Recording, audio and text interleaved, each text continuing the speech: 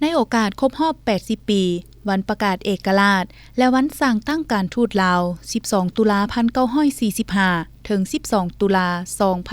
2025แขวงบ่อแก้วได้จัดตั้งปาฐกถาในตอนเช้าวันที่16ตุลานี้ที่หอวัฒนธรรมแขวงเพื่อหวนคืนวันสำคัญดังกล่าว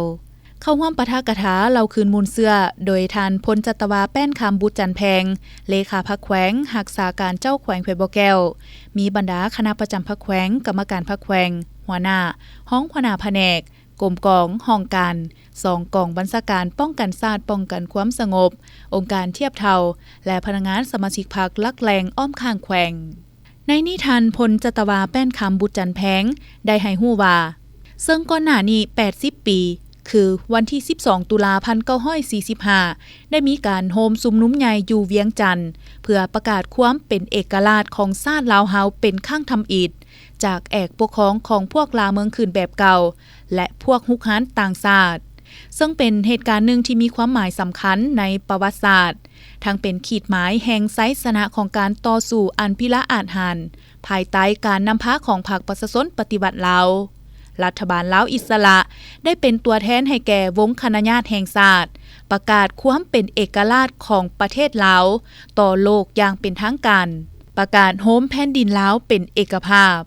พร้อมกันนั้นก็ได้ออกแถลงการณ์เกี่ยวกับการเปลี่ยนแปลงการปกครองลบล้างทุกๆสัญญาทั่วลาวที่ได้เซ็นสัญญากับฝรั่งประกาศใส่รัฐธรรมนูญฉบับทำอิฐประกาศใส่ทุงชาติลาวในปัจจุบันประกาศแต่งตั้งคณะรัฐบาลชั่วคราวซึ่งมีเสด็จเจ้าสุภานุวงศ์เป็นรัฐมนตรีว่าการกระทรวงการต่างประเทศและต่อมาได้ดำรงตำแหน่งเป็นผู้บัญชาการทหารสูงสุดเฮ็ดให้ชาวโลกได้รับรู้ความเป็นชาติลาวรับรู้อธิปไตยและเขตน้ำแดนดินของลาวรับรู้ว่าชาติลาวคนลาวก็แม่นคนที่มีเกียรติศักดิ์ศรีเหมือนดังคนชาติอื่นๆและอยากมีอิสรภาพเป็นเจ้าชะตากรรมของตนเอง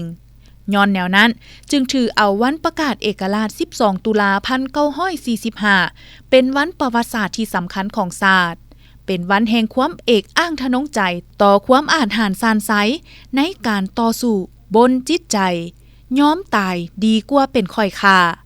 ตายเพื่อเอกราชดีกว่าอยู่ภายใต้แอกปกครองของต่างชาติ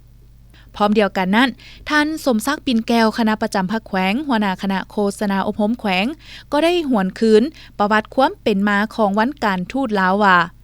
ก่อนปลดปล่อยในระยะต่อต้านการครอบครองของฝรั่งการทูตบ่เพียงแต่เป็นเครื่องมือการต่อสู้ทางด้านสังคมเพื่อสร้างความสามัคคีปองดองภายในชาติต่อสู้กับต่างชาติต้านการฮุกฮานแทรกแซงจากภายนอกเท่านั้นแต่ยังเป็นเครื่องมือต่อสู้ในเวทีสากลขยายการพัวพันกับโลกภายนอกและแสวงหาการสนับสนุนของเพื่อนมิตรสากลการทูตลาวยังได้กลายเป็นยุทธศาสตร์และยุทธศาสตร์อันสำคัญในการต่อสู้โดยผ่านการวางนโยบายการต่างประเทศที่มีความแทดเหมาะกับสภาพการ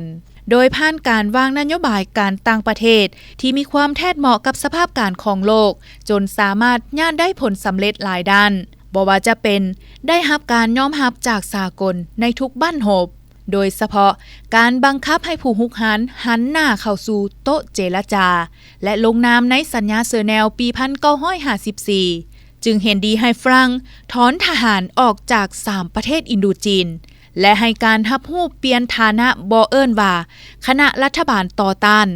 ตกลงให้ใช้ชื่อคณะฝ่ายประเทศลาวเพื่อให้สากลเห็นได้ว่าฝ่ายประเทศลาวแม่นกำลังทั้งการเมืองที่ถูกต้องตามกฎหมายและได้ถูกรับรองจากสากล